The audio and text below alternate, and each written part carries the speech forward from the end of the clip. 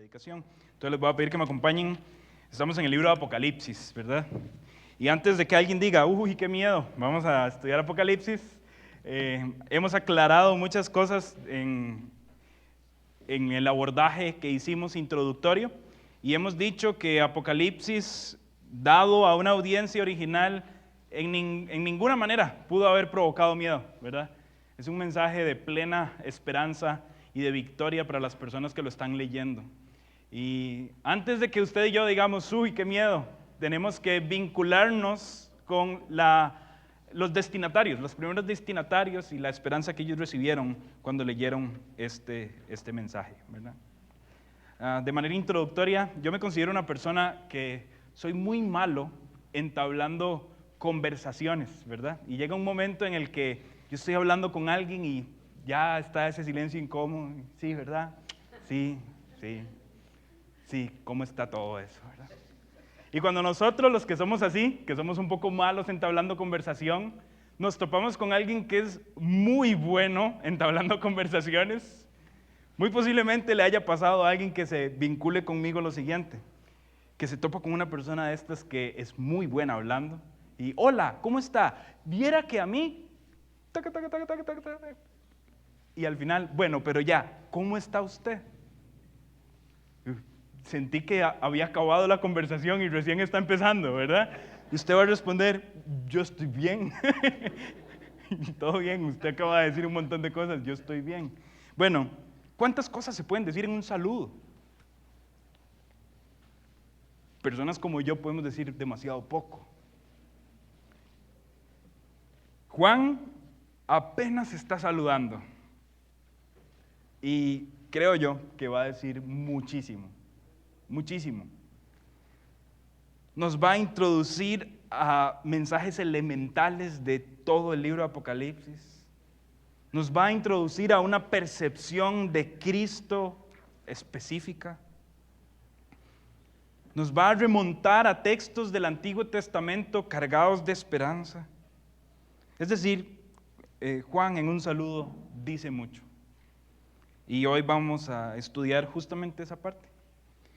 En el capítulo 1, los versículos que estudiamos la semana pasada, versículos 1 al 3, vimos algo del estilo de esta literatura.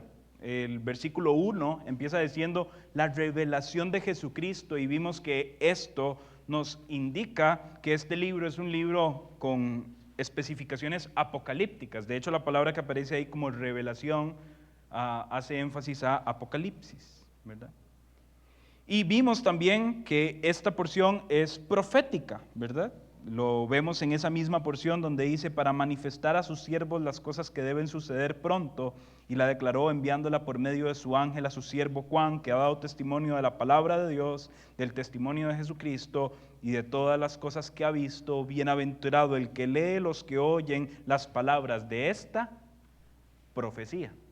Entonces, hemos visto que el género en el que nos estamos introduciendo es un género apocalíptico, también es un género profético. Bueno, apocalíptico nos referimos a que van a haber muchas metáforas y muchas expresiones simbólicas en medio del contenido de este libro, y con profético no nos estamos refiriendo solamente a que hay una expresión de lo que va a acontecer más allá, sino que también va a haber un mensaje directo a una audiencia con un llamado al arrepentimiento. Si usted estudia el mensaje de los profetas en el Antiguo Testamento, generalmente esta era su mayor función, ¿verdad? Llamar al pueblo al arrepentimiento. Sin embargo, Apocalipsis no es solamente un libro apocalíptico y profético, sino que tiene algo más.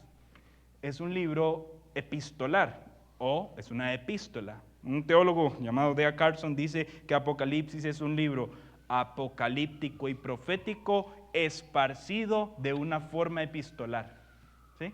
Y las epístolas en el tiempo antiguo tenían justamente esa función, ser esparcidas en las iglesias para que las personas leyeran la epístola o la carta de manera pública, ¿sí?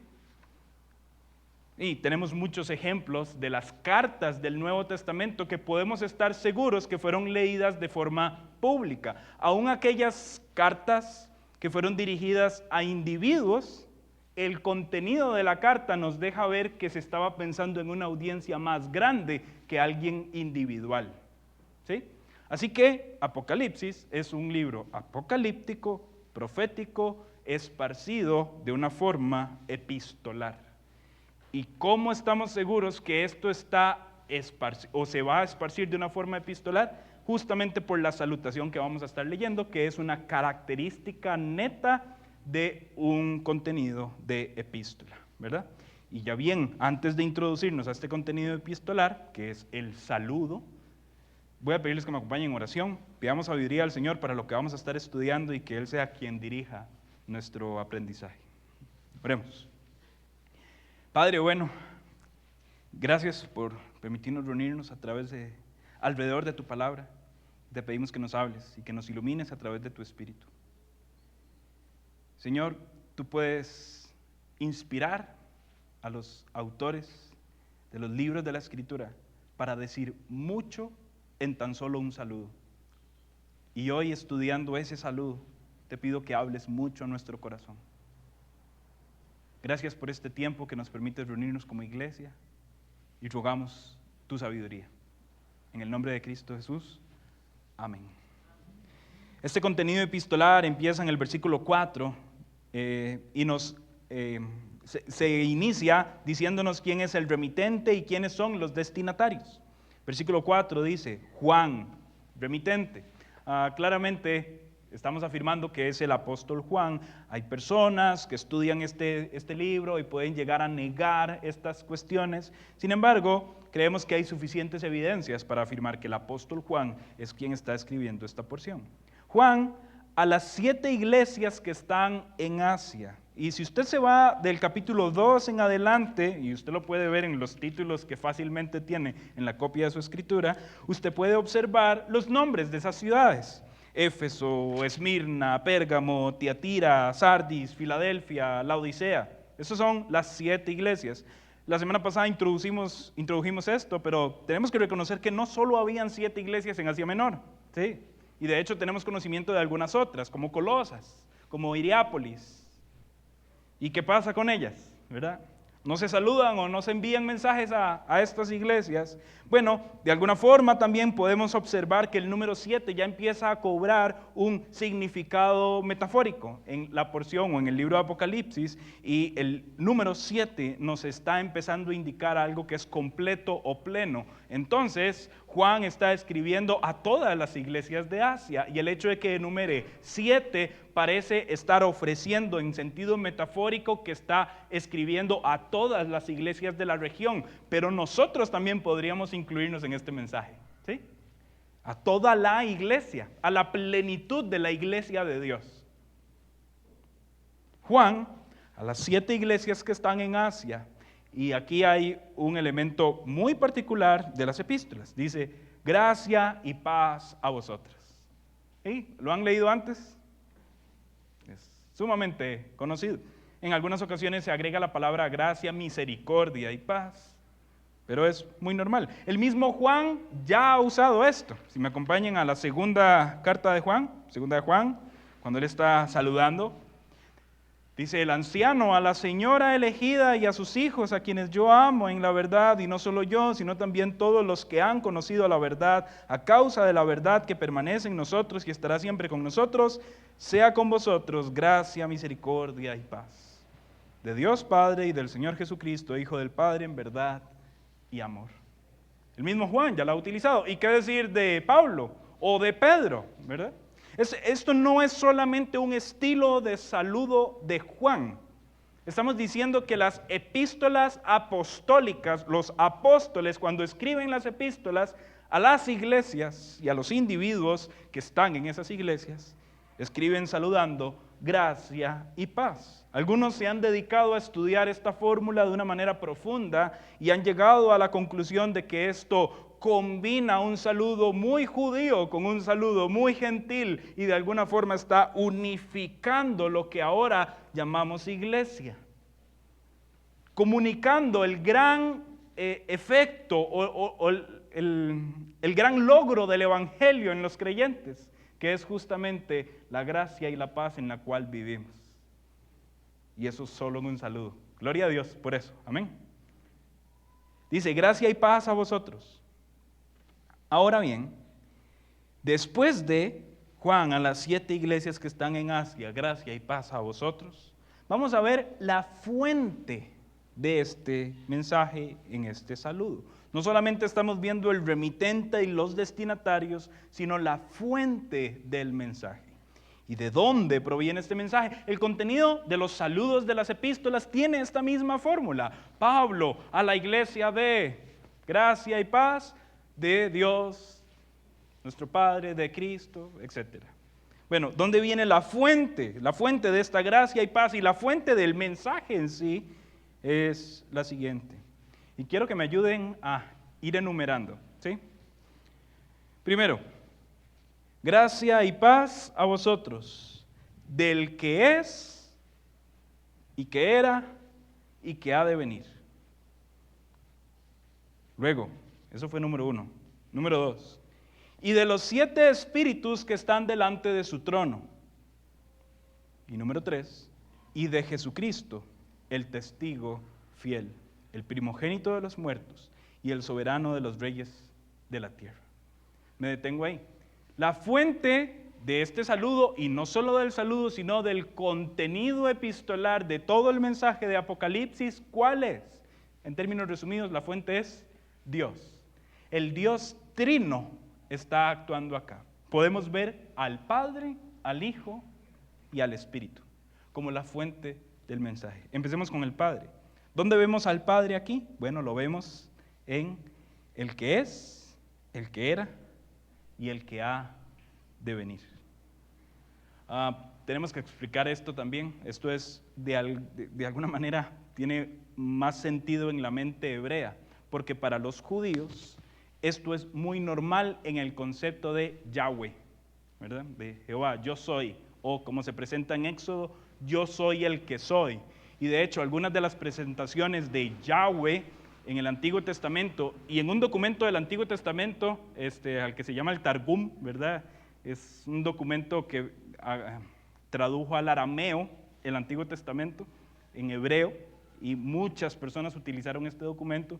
Cuando se decía Yahweh, se describía como el que es, el que era y el que ha de venir. ¿Sí? Así que esto está describiendo una realidad que está escondida en el precioso nombre yo soy. ¿En qué tiempo verbal está yo soy? Presente, ¿sí? Está en un tiempo presente, yo soy. Ese nombre, yo soy, puede dejar de estar en tiempo presente en algún momento. El concepto que está detrás de Yahweh es el que eternamente es presente, el que eternamente es. Y lo que está describiendo esta forma del nombre Yahweh, o esta descripción del nombre Yahweh, valga la redundancia, Él es el que es, el que era, el que es y el que ha de venir, el que siempre es y quien va a introducirse en la historia siendo. Tal vez en nuestra mente occidental esto no tiene mucho sentido, pero lo que estamos diciendo es, Dios es el eterno. Amén. Dios es el eterno. El Padre eterno es la fuente del mensaje que se va a comunicar en el libro de Apocalipsis. El que es, el que era y el que ha de venir. Yo sé que la frase ha de venir en nuestra mente tiene mucho más sentido con Cristo, ¿verdad? Y no nos apresuremos, vamos a ver más adelante que esa misma frase se le va a aplicar a Cristo. Sin embargo, aunque tiene un alto contenido mesiánico, y en esta porción lo vamos a ver, en este momento en particular lo que sabemos es que el Eterno se va a introducir en la historia de su pueblo, porque Él es, el que era y el que ha de venir. ¿Amén, hermanos? ¿Sí? Tenemos al Padre. Ahora sigue el Espíritu. El mismo versículo 4 dice, gracia y paz a vosotros, del que es, que era, que ha de venir, y de los 7 espíritus que están delante de su trono. Y aquí el asunto se pone un poquito interesante. ¿Cuántos Espíritus Santos existen?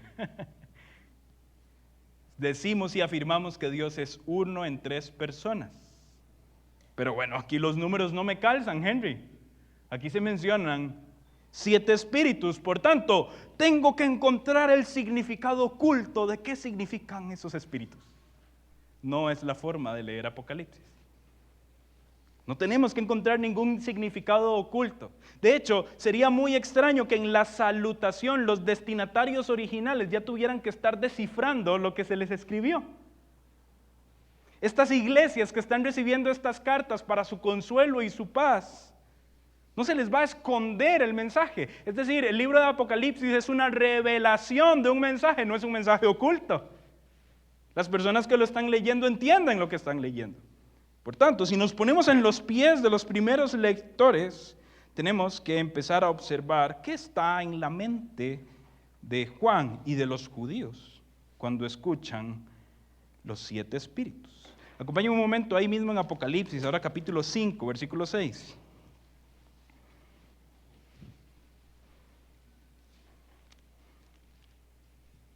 En medio de una visión celestial, Juan comunica lo siguiente, capítulo 5, versículo 6, miré y vi en medio del trono y de los 4 seres vivientes, y en medio de los ancianos estaba en pie un cordero como inmolado, que tenía 7 cuernos y 7 ojos, los cuales son los 7 espíritus de Dios enviados por toda la tierra. De nuevo, no tenemos que empezar a preguntarnos, ¿cuáles son estos 7 espíritus? Sabemos que estos 7 espíritus tienen una relación con el Cordero, según ese texto, y sabemos que nos están hablando de la plenitud de toda la tierra, ¿sí? Por tanto, esto es sumamente vinculante con la obra del Espíritu Santo, quien, sin ser 7, nos habla de la plenitud suya en la tierra, estando presente en aquellos que somos su iglesia. Amén. Dios está en la tierra. La Gran Comisión dice que nosotros debemos ir y predicar el Evangelio y ir a hacer discípulos, bautizándolos en el nombre del Padre, del Hijo y del Espíritu Santo, llenando la tierra. Bueno, esta gran plenitud nos habla de la presencia del Espíritu Santo a través de la proclamación del Evangelio en el mundo. Así que cuando hablamos de 7, en un sentido metafórico, refiriéndonos a las iglesias, también tenemos que hablar del 7 en un sentido metafórico, refiriéndonos al Espíritu Santo. No estamos diciendo que hay 7 Espíritus Santos, estamos diciendo que el Espíritu Santo es quien todo lo abarca, quien todo lo llena. ¿Queda claro, hermanos? ¿Amén? ¿Sí? Esto proviene también de una idea del Antiguo Testamento. Le voy a pedir que me acompañe a Zacarías.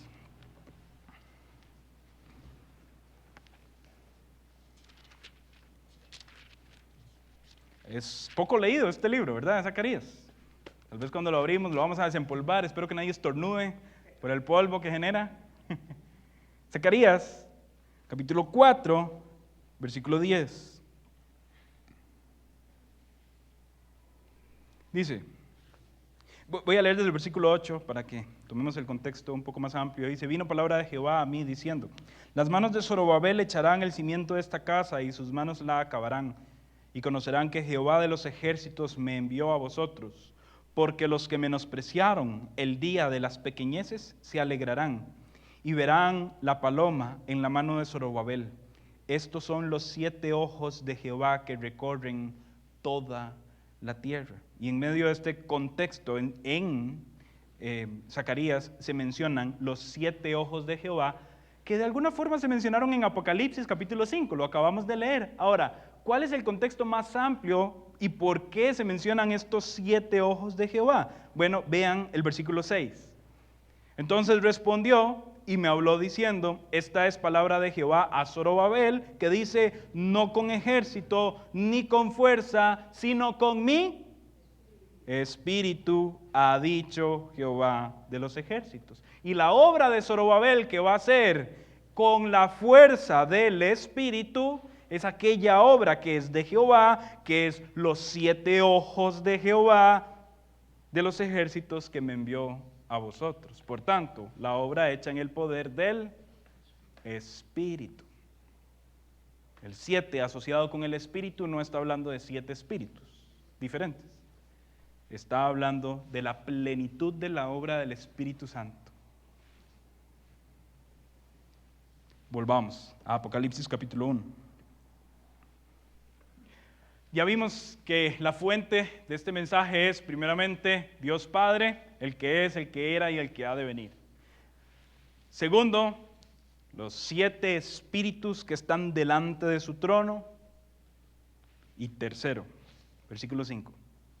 Y de Jesucristo, el testigo fiel, el primogénito de los muertos, el soberano de los reyes de la tierra. Aquí está muy clara la segunda persona de la Trinidad, Jesucristo. Tal vez surjan algunas preguntas. Primera pregunta, ¿por qué se menciona de último y no de segundo, si es la segunda persona de la Trinidad? Y segunda pregunta, ¿por qué el Padre y el Hijo recibe tan poca descripción en sentido de cantidad? Es decir, el Padre es, el que era y el que ha de venir. El Espíritu, o los 7 espíritus es, que están delante del trono. Pero ¿qué se dice de Jesucristo? El testigo fiel, el primogénito de los muertos, el soberano de los reyes de la tierra. Bueno, Juan se dedicó mucho a describir a Jesucristo. ¿Sí o no, hermanos? No sé si han visto, por ahí anda una imagen en internet, un video de un hijo preguntándole a la mamá, mamá, ¿cuál hijo tú quieres más? Y la mamá con unos envases de flan, uno chiquitito y uno enorme, ¿verdad? Y no, a ninguno, a todos los amo igual. Y pero ¿por qué este es mi plato de flan? ¿Verdad? Y todos los demás eran así chiquititos. Bueno, no estoy diciendo aquí que Juan estime más al Hijo, pero estoy diciendo que Juan se está enfocando más en describir al Hijo. Y esto nos está diciendo algo. Que el contenido de Apocalipsis va a girar alrededor de la obra de la segunda persona de la Trinidad tan esperada. ¿Y cuál es esta obra tan esperada, hermanos? Su venida, su retorno. Porque la esperanza de una iglesia en persecución y en agonía es que Cristo vuelva. Amén. Esa es la gran esperanza. Esa debería ser la gran alegría. Y deberíamos responder con mucho entusiasmo a esa gran noticia. Acaba de comunicarla. Amén. Hermanos, esta noticia dada a estos destinatarios, no creo que ellos hayan dado una respuesta. Amén. Yo creo que ellos se alegraron de una forma efusiva. Porque en medio de la presión, de la tribulación, de la persecución, del sufrimiento, de los falsos maestros, de los engaños, Cristo va a venir por su pueblo. Ahora, en estas descripciones podemos detenernos un poco más. Dice, de Jesucristo, testigo fiel, el primogénito de los muertos y el soberano de los reyes de la tierra. Empezando con el testigo fiel, tenemos que aclarar que ya se ha introducido el concepto de testigo o testimonio, ¿verdad? En este capítulo 1, versículo 2, habíamos visto un poco de esto. Dice que ha dado testimonio de la palabra de Dios y del testimonio de Jesucristo y de todas las cosas. Y hemos visto cómo la palabra testigo se asocia con Cristo en varios capítulos. También hemos visto cómo la palabra testigo tiene una implicación con el término mártir. Y también el término testigo está hablando, en algún sentido, de sufrimiento. En este caso, Jesucristo se transmite, se comunica o se describe como el testigo fiel. Esa palabra fiel es algo que es certero, algo que es correcto, algo que es directo, algo que no se va a ir ni a un lado ni a otro. Normalmente la palabra fiel la utilizamos como un adjetivo, es decir, algo que califica al sustantivo. En este caso, Jesucristo es el sustantivo, fiel es el adjetivo. ¿Sabían que fiel también puede ser utilizado como sustantivo? ¿Qué es un fiel? Es esta aguja de las básculas que marca el punto del número exacto. Ese es el fiel de la báscula. Y esto nos está transmitiendo algo que es exacto, ¿sí? Bueno, Jesucristo es fiel, es testigo fiel. El testimonio de Jesucristo, el mensaje que Jesucristo está dando a las iglesias, no es un mensaje que los ponga en duda si va a ocurrir o no. Él es testigo fiel. No solamente es testigo fiel, sino que también es el primogénito de los muertos. Normalmente la palabra primogénito se asume en términos de hijo como el primer hijo, en nivel de secuencia, ¿sí? Pero el término primogénito también puede tener un sentido de estatus, de posición, ¿verdad? El primero en importancia, no en secuencia. Y en este caso, cuando estamos diciendo que Él es el primogénito de los muertos, tenemos que reconocer que estamos asumiendo algunas cosas acerca de Jesucristo. ¿Primogénito en qué? ¿En morir? No. Jesucristo, la segunda persona de la Trinidad, ¿fue el primer humano en morir? No. ¿Primogénito en qué entonces? En resucitar. Amén, hermanos. Él es el primogénito de los muertos, el primero en resucitar. El hecho que sea el primero en importancia ya le da suficientes méritos para que su nombre sea adorado. Pero también contiene un mensaje de esperanza de fondo. Si Él es el primogénito, no solo en importancia, sino también en secuencia, quiere decir que van a haber algunos, quizá menos importantes y más tarde, pero que también van a resucitar. ¿Amén? ¿Quiénes son ellos? Su pueblo. Qué gran esperanza la de su pueblo, que nosotros vamos a resucitar, porque Él es el primogénito de los muertos. El primogénito de los muertos y también el soberano de los reyes de la tierra.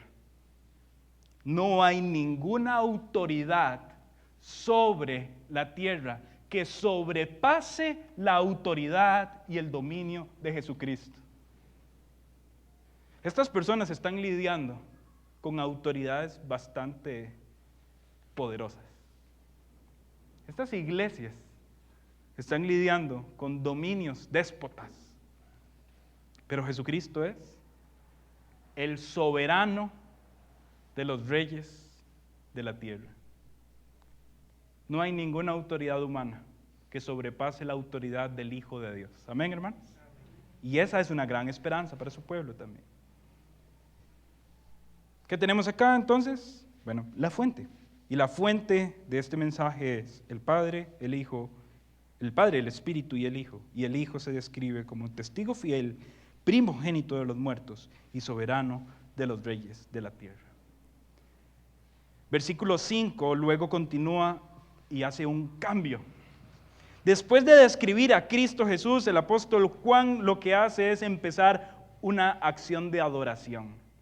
Es decir, si Jesucristo es el testigo fiel, si Jesucristo es el primogénito de los muertos, y si Jesucristo es el soberano de los reyes de la tierra, Juan tiene que hacer un alto en su saludo, como aquella persona que habla mucho, y que mientras está saludando tiene que comunicar un montón de otras cosas antes de terminar de saludar. Ese es el caso aquí. Juan está saludando, pero se va por una rama, pero una preciosa rama, ¿sí? Y en esta rama por la que Juan se fue una rama de adoración de Cristo. Cristo ahora va a ser adorado. Esto es conocido como una doxología. ¿Y cómo se adora? Dice, al que nos amó y nos lavó, en otras traducciones nos libró de nuestros pecados con su sangre. Y nos hizo reyes y sacerdotes para Dios su Padre. A Él sea la gloria e imperio por los siglos de los siglos. Amén.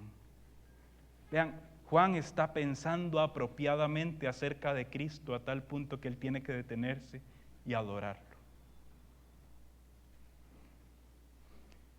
Ojalá nosotros pensáramos más frecuentemente de forma apropiada acerca de Cristo. y nos detendríamos a adorarle por quien Él es y por lo que Él hace. De hecho, le hago ese reto, hermano. Disciplínese en detenerse más frecuentemente a pensar quién es Jesús. Y le aseguro que su vida va a inclinarse más y más en adoración. En una vida ajetreada, poco nos detenemos a pensar quién es Él. ¿O me equivoco? ¿Quién es Él? ¿Qué hizo Él? Bueno, justamente esto es lo que está pensando Juan. Primeramente, ¿quién es? Y luego, ¿qué hizo? ¿Quién es Él? El testigo fiel, el primogénito de los muertos y el soberano de los reyes de la tierra. ¿Qué hizo Él? Nos amó y nos libró de nuestros pecados con su sangre y nos hizo reyes y sacerdotes para Dios su Padre. ¿Lo notaron? ¿Quién es Él?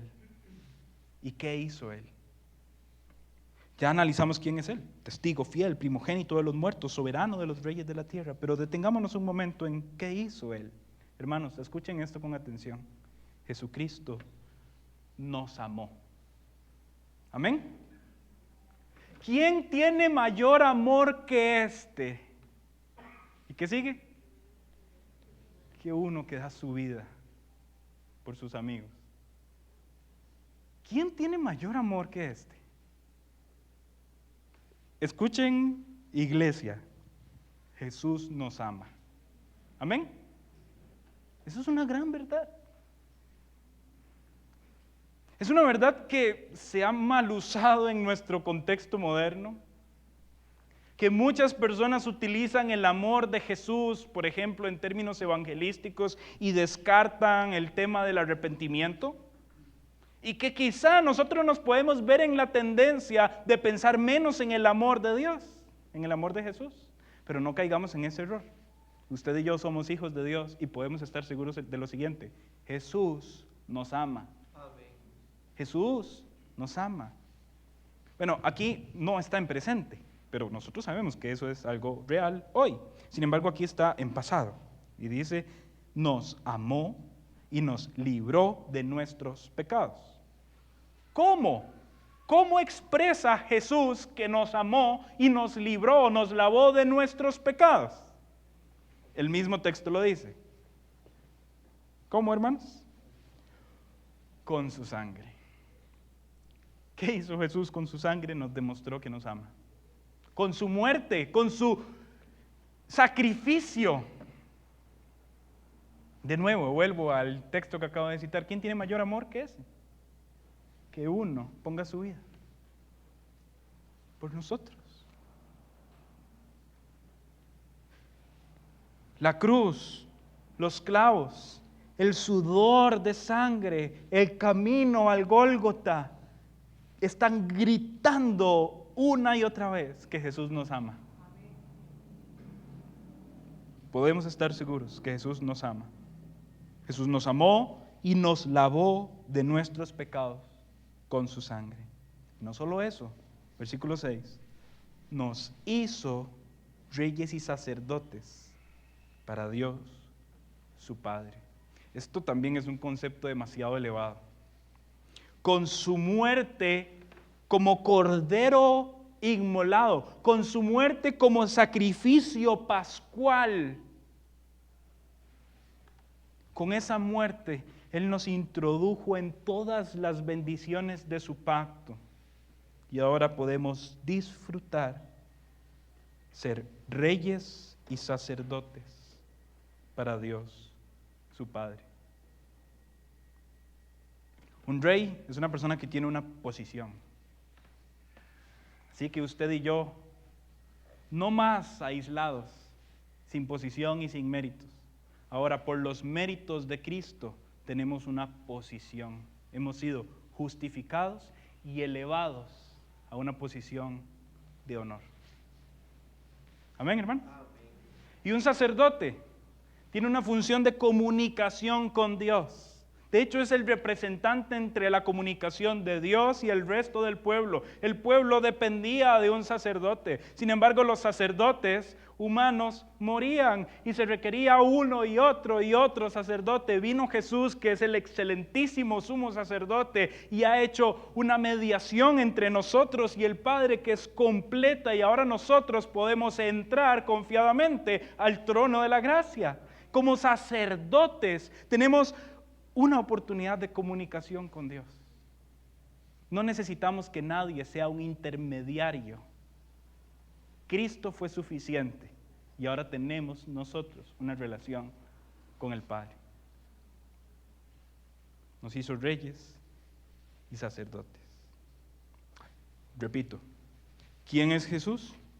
El testigo fiel, el primogénito de los muertos y el soberano de los reyes de la tierra. ¿Qué hizo Jesús? Nos amó, nos lavó de nuestros pecados con su sangre y nos hizo reyes y sacerdotes para Dios, su Padre. ¿Cómo responder a esto, hermanos? ¿Qué dice Juan? A Él sea la gloria e imperio por los siglos de los siglos. Amén. Él merece el máximo aplauso de todos. Él merece la máxima adoración y el honor por lo que Él es y por lo que Él hizo. Quiero hacer aquí una pequeña aplicación. Muchos cristianos hoy en día están esperando darle adoración a Dios hasta que Él haga lo que ellos le están pidiendo. ¿Sí? Hey, Dios, todavía no me sorprendes tanto, pero si me respondes a esta petición que yo tengo, te adoraré. Hermanos, Jesucristo no tiene que demostrarnos ser digno de adoración. Ya hizo todo lo que tiene que hacer. Ya hizo todo lo que tenía que hacer. Él no tiene que demostrarnos ser digno de adoración dándonos un mejor empleo o dándonos una mejor casa, ni nada por el estilo. Él ya hizo todo y más de lo que tenía que hacer.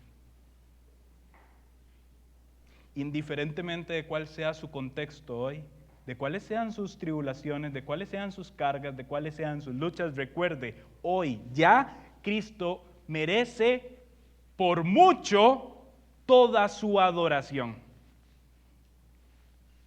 Indiferentemente de que usted sienta que Él no le responde sus peticiones, si usted es un hijo de Dios, Él ya lo libró de la muerte con su sangre. ¿Qué más podemos pedir? Estábamos en una condenación eterna, merecíamos el juicio de un Dios santo, santo, santo.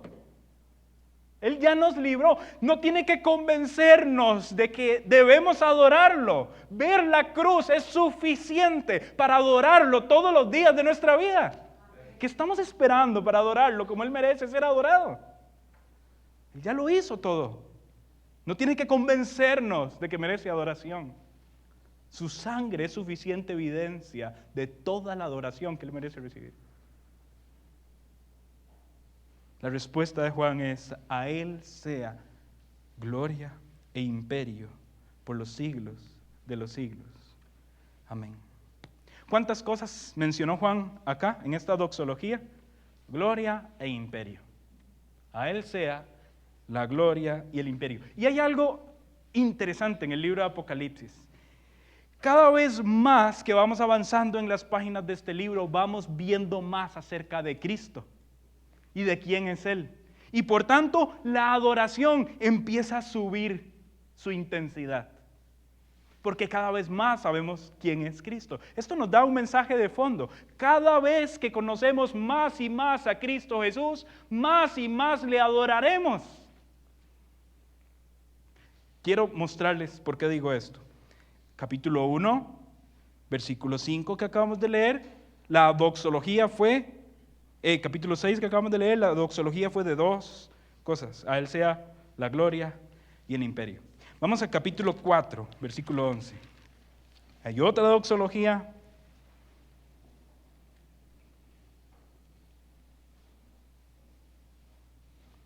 capítulo 4, versículo 11 y 12 dice: y miré y oí la voz de muchos ángeles alrededor del trono y de los seres vivientes y de los ancianos, y su número era millones de millones, que decían a gran voz: el cordero que fue inmolado es digno de tomar el poder, las riquezas, la sabiduría, la fortaleza, la honra, la gloria y la alabanza. Capítulo 5, versículo 13.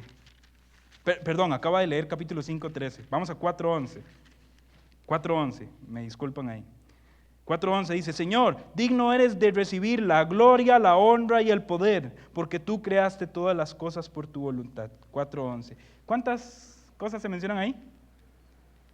Tú eres digno de recibir la gloria, la honra y el poder. ¿Verdad que subimos?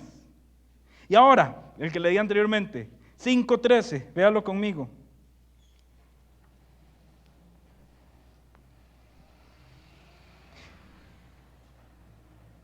5:13 dice: y todo lo creado que está en el cielo y sobre la tierra y debajo de la tierra y en el mar y todas las cosas que en ellos hay, oí decir al que está sentado en el trono y al Cordero, sea la alabanza, la gloria, la honra, la gloria y el poder por los siglos de los siglos. Aumentamos. Y ahora por último, capítulo 7, versículo 12. 11 y 12 dice, capítulo 7, 11 y 12. Y todos los ángeles que estaban en pie alrededor del trono y los ancianos y los 4 seres vivientes se postraron sobre sus rostros delante del trono y adoraron a Dios diciendo: amén. La bendición y la gloria y la sabiduría y la acción de gracias y la honra y el poder y la fortaleza sean a nuestro Dios por todos los siglos de los siglos. Amén. ¿Notaron cómo fue subiendo la intensidad de las descripciones doxológicas? De hecho, hermanos, ¿me hacen un favor? ¿Cuentan cuántas cosas están en el capítulo 7?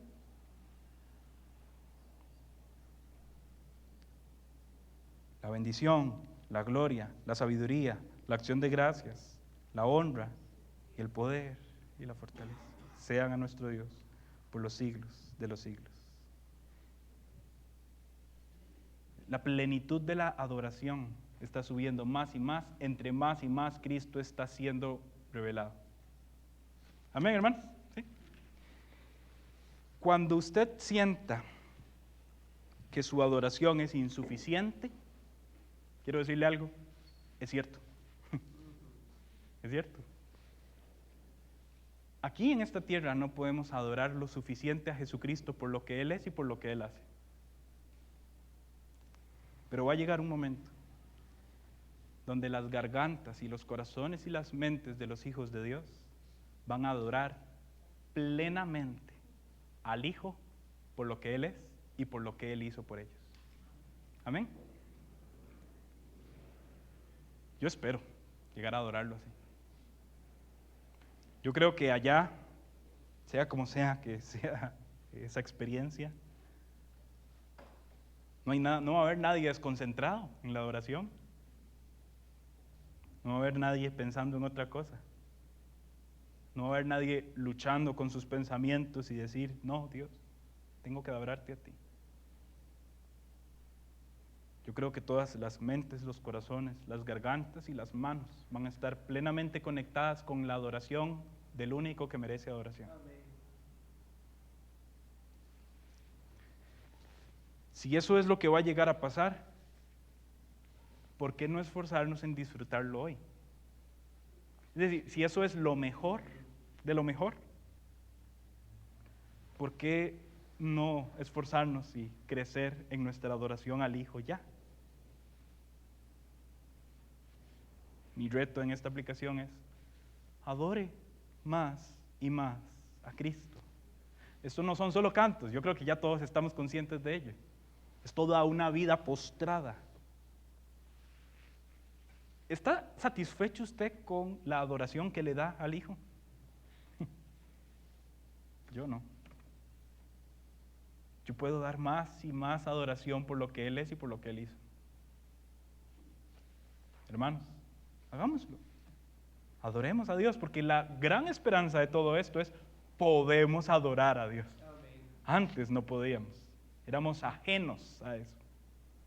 Ahora somos reyes y sacerdotes. Podemos adorar a Dios. Ya vimos el remitente y los destinatarios, ya vimos la fuente de este mensaje, ya vimos la doxología y ahora vamos a ver el mensaje en sí. Versículos 7 y 8. He aquí, viene con las nubes, y todo ojo le verá, y los que le traspasaron, y todos los linajes de la tierra harán lamentación por él. Sí, amén. Yo soy el alfa y la omega, principio y fin, dice el Señor, el que es, y el que era, y el que ha de venir, el Todopoderoso. El mensaje aquí es profundo. Y yo creo que en la mente hebrea tiene muchísimo más sentido que para nosotros los lectores modernos. Lo primero que dice es, he aquí que viene con las nubes. Esto en la mente de un judío inmediatamente hizo clic con un texto del Antiguo Testamento. Tal vez algunos ya lo recuerdan y es un texto al que vamos a acudir muchísimo. Acompáñenme a Daniel, capítulo 7.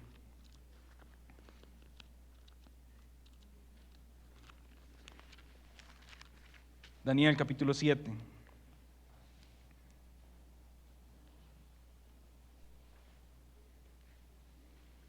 Versículos 13 y 14. Dice, Daniel 7, 13 y 14. Miraba yo en la visión de noche, y he aquí con las nubes del cielo. Ojo, es exactamente lo mismo que se está mencionando en Apocalipsis. Escrito en la profecía apocalíptica de Daniel. Dice que en esta visión, he aquí con las nubes del cielo, venía uno. ¿Cómo? ¿Cómo era él? Como un hijo de hombre, que vino hasta el anciano de días y le hicieron acercarse a él. Y le fue dado dominio, gloria y reino, para que todos los pueblos, naciones y lenguas le sirvieran. Su dominio es dominio eterno que nunca pasará, y su reino uno que no será destruido. ¿Notan quién viene con las nubes? Un reino eterno y perfecto, un reino de paz, sin dolor. Un reino de justicia. Hermanos, piensen en los destinatarios originales, viendo las injusticias de los reyes de la tierra, viendo las herejías que se divulgan alrededor, viendo las mentiras, viendo los cristianos pasivos, los cristianos que no están comprometidos, viendo cómo el contexto por todo lado parece demasiado abrumador, pero recuerden, viene con las nubes. Viene con las nubes. El Hijo del Hombre. He aquí viene con las nubes y todo ojo le verá. ¿Cuál es la esperanza en medio del sufrimiento del pueblo de Dios? La venida de nuestro Señor Jesucristo. Y luego dice, y los que le traspasaron y todos los linajes de la tierra harán lamentación con él. De nuevo nosotros lo leemos, pero en la mente de un judío, de un hebreo, esto hizo clic inmediatamente con otro texto. Juan está citando un versículo ahí. Acompáñenme por favor a Zacarías, capítulo 12.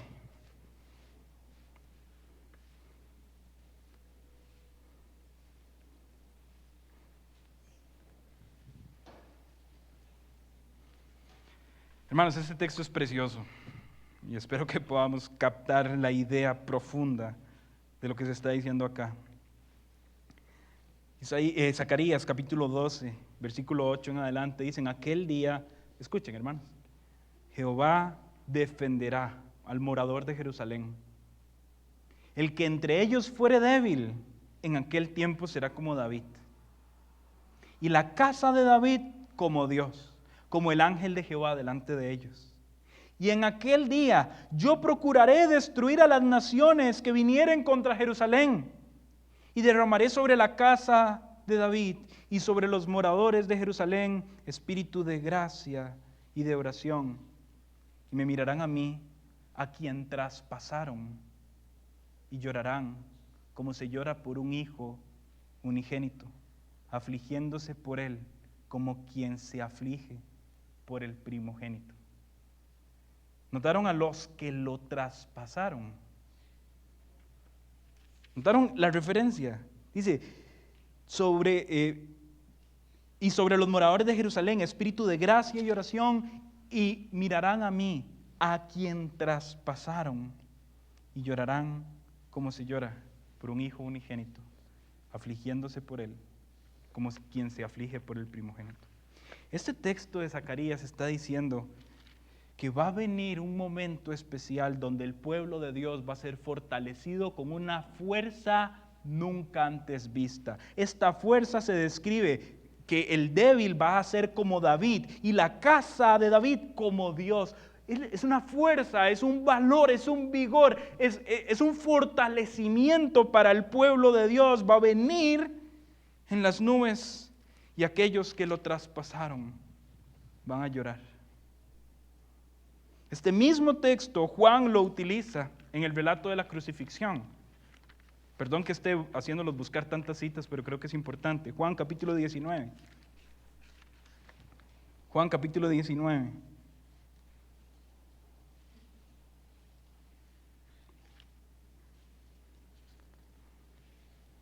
Y es interesante que el Evangelio de Juan sea el único que contenga con tanto lujo descriptivo el costado siendo traspasado.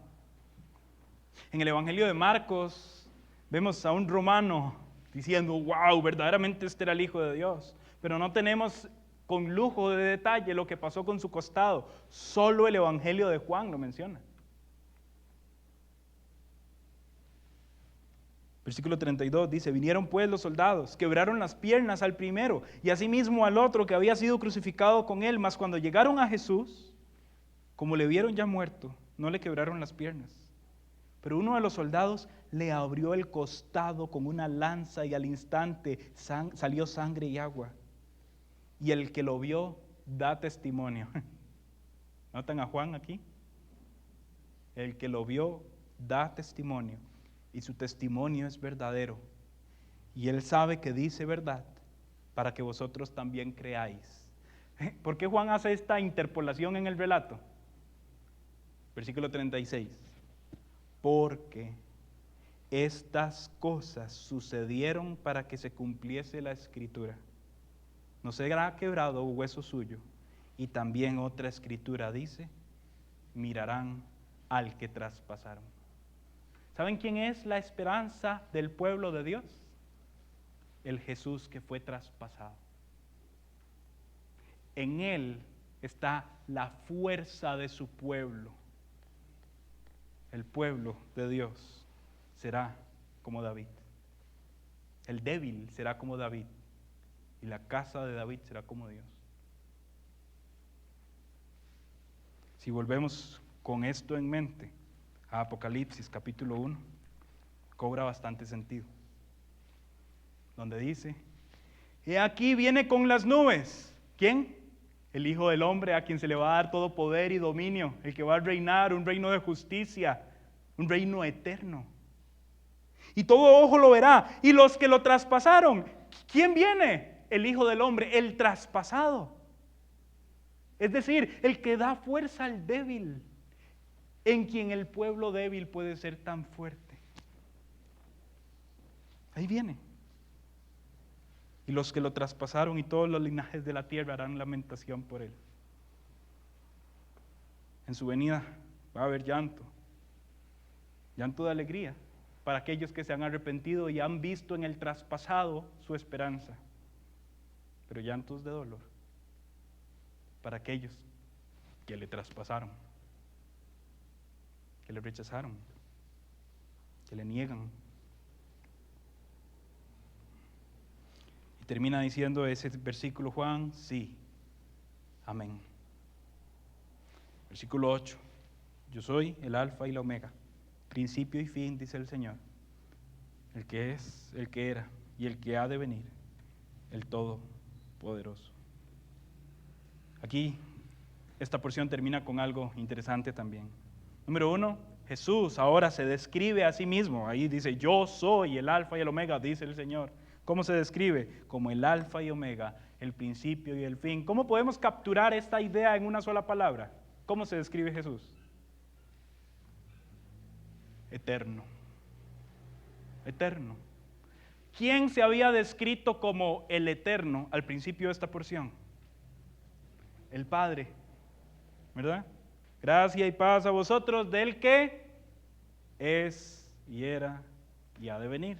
Pero la porción termina diciendo: yo soy el alfa y omega, el principio y el fin, dice el Señor, el que es, el que era y el que ha de venir. ¿Quién está hablando acá? ¿El Padre o el Hijo? El Hijo. Pero el que es, el que era y el que ha de venir no era el Padre. Es que tanto como el Padre es eterno, el Hijo es eterno.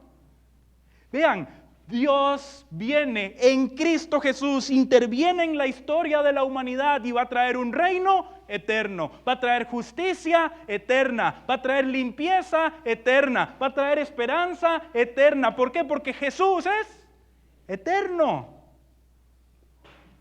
La misma resurrección de Cristo lo demuestra. Él murió y en algún momento se sugirió su temporalidad, pero resucitó y está sentado a la diestra del Padre. ¿Por qué? Porque Jesús es eterno. El Cordero inmolado desde antes de la fundación del mundo, hoy está sentado en el trono y reina. Vendrá en la consumación de su reino y ese reino será eterno. Porque Jesús es el alfa y la omega, el principio y el fin, el que es, el que era y el que ha de venir. Pero, alto, no solo es eterno, es el Todopoderoso. Ahora bien, las iglesias que están recibiendo este mensaje están siendo presionadas a adorar emperadores déspotas, que dicen de sí mismos ser poderosos, que colocan estatuas en los lugares y quien no se arrodilla frente a esas estatuas va a morir. Emperadores crueles que clavan a los cristianos en estacas y los prenden en llamas. Emperadores crueles que persiguen y matan a todos los que confiesan a Cristo. Y ellos no solo están en eso, también están en medio de herejías que tratan de contaminar la doctrina del Evangelio y la esperanza que hay en Cristo Jesús, sumando todas las otras presiones que una vida terrenal puede traer. Pero ¿saben quién está con ellos? El eterno y todopoderoso.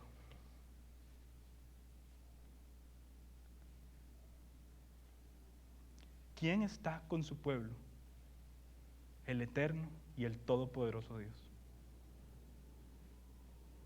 Y ese es el Dios que está con nosotros. Amén. Es el eterno y el todopoderoso. No hay presión, no hay sufrimiento y no hay agonía terrenal que pueda eclipsar el poder y la eternidad de nuestro Señor. Él es nuestra esperanza. Si yo les preguntara entonces, ¿cuál es el mensaje de Juan en este saludo? Y vuelvo a rebobinar a la introducción. Yo me imagino ahora a Juan diciendo: bueno, ya dije mucho, ¿y cómo estás? Y yo me quedo, es que me ha dicho demasiado en solo un saludo. No me dejó hablar. Juan dijo: hola, soy Juan. Y voy a darle un mensaje del Padre, del Hijo y del Espíritu. Voy a darle un mensaje que magnifica al Hijo como el testigo fiel, el primogénito de los muertos y el soberano de los reyes de la tierra. Un mensaje de uno que nos amó y nos lavó con su sangre y nos libró con su sangre. Un mensaje de alguien que nos hizo reyes y sacerdotes para Dios el Padre. Y por eso Él debe ser glorificado y recibir la honra por los siglos de los siglos. Un mensaje de alguien que viene con las nubes trayendo un reino eterno y perpetuo. Un mensaje del traspasado que va a traer fuerza al débil. Un mensaje que saca las lágrimas de su pueblo y de aquellos que lo rechazaron. Un mensaje del alfa y del omega, del principio y del fin. Un mensaje del eterno y del todopoderoso Dios. Ahora sí, ¿cómo está? hey, Juan, no me dejaste hablar, me dijiste demasiado. Quedamos sin palabras ante tanto que se puede decir en un saludo. Pero el mensaje es demasiado esperanzador. ¿Cuál es el mensaje? Viene Cristo, el eterno y todopoderoso Dios. Y Él va a librar y a salvar a su pueblo. ¿Lo creemos, hermanos? Aquellos que dicen, qué miedo leer Apocalipsis, no se apropian de quién es el que viene. Viene el eterno y todopoderoso para salvar a su pueblo. Sin embargo, qué miedo leer Apocalipsis si usted no es de su pueblo. ¿Verdad que sí? Porque ¿quién viene a defender a su pueblo? El eterno y el todopoderoso. Sin embargo, los destinatarios acá no son incrédulos, son creyentes. Para ellos el mensaje no es qué miedo, sino qué gran dicha que el eterno y el todopoderoso viene. Y espero que entre nosotros, como creyentes, espero que así sea, esto genere esa gran dicha, ese gozo y esa esperanza, que a pesar de las tribulaciones, las persecuciones y los sufrimientos, nuestra vida aquí es temporal. Jesucristo viene por su pueblo. El eterno y el todopoderoso viene a defender a su pueblo. Pero si entre nosotros hay alguien que no es pueblo de Dios, hey, examine este mensaje. Ponga su mente en las verdades del Evangelio. Y por la sangre de Cristo Jesús, usted puede ser llamado hoy pueblo de Dios, real sacerdocio, linaje escogido, nación santa. Usted puede ser adquirido, uno de los adquiridos por Dios, para anunciar las virtudes de aquel que nos llamó de las tinieblas a su luz admirable. ¿Cómo sucede eso? Crea en el Señor Jesucristo, arrepiéntase de sus pecados y venga, bienvenido al pueblo de Dios. A los que somos pueblo de Dios, esto es un mensaje de esperanza. Vuelvo y repito, no hay tribulación, no hay agonía, no hay enfermedad, no hay sufrimiento que eclipse el poder y la eternidad de nuestro Señor. Y Él es el que viene.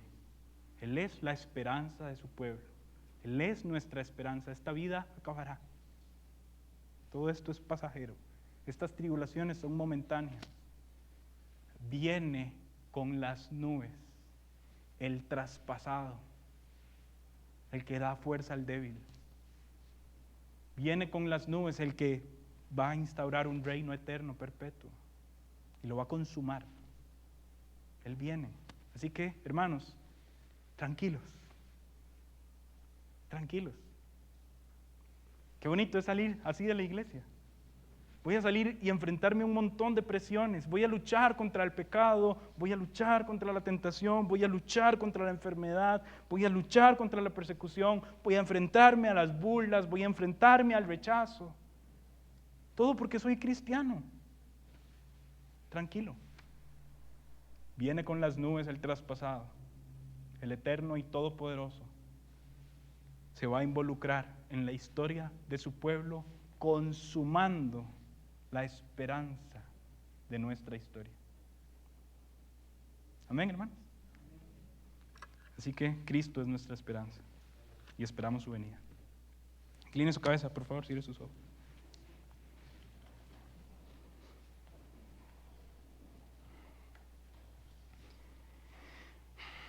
Dios, Padre bueno,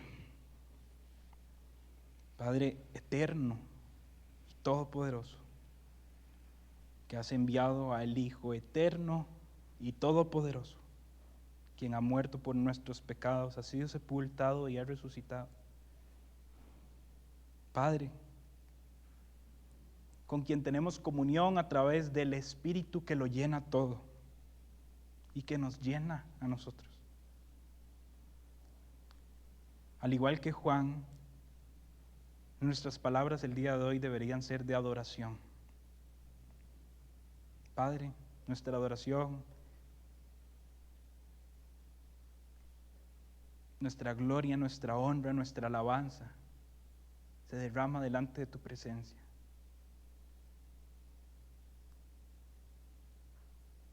Gracias por Cristo, quien vino y quien vendrá. El eterno y todopoderoso Hijo nos salvará. Y es la esperanza de nosotros, su pueblo. Gracias. Porque en medio de un mundo tan laborioso, tan extenuante,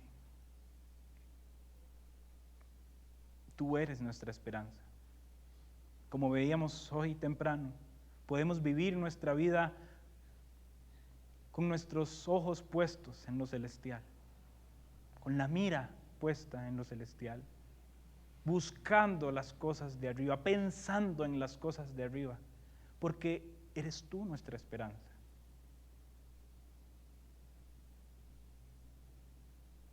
No permitas que las aflicciones terrenales desenfoquen nuestra mirada. Ayúdanos a verte sentado en el trono, como eterno y todopoderoso Dios, quien vendrá para liberar y consumar su reino.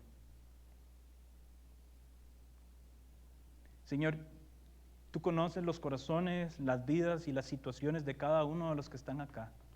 Tú sabes sus enfermedades, tú sabes de sus presiones. Tú conoces, Señor, sus amarguras, sus luchas con el pecado, con la tentación. Señor, que este mensaje los ayude a salir con esperanza de que Cristo viene, el eterno y todopoderoso. El que fue traspasado va a dar fuerza a todos los que somos débiles.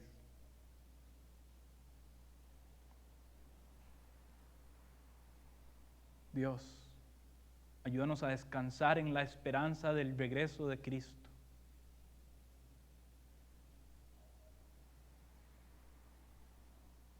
Ayúdanos a reflexionar en este mensaje y atesorarlo en nuestro corazón.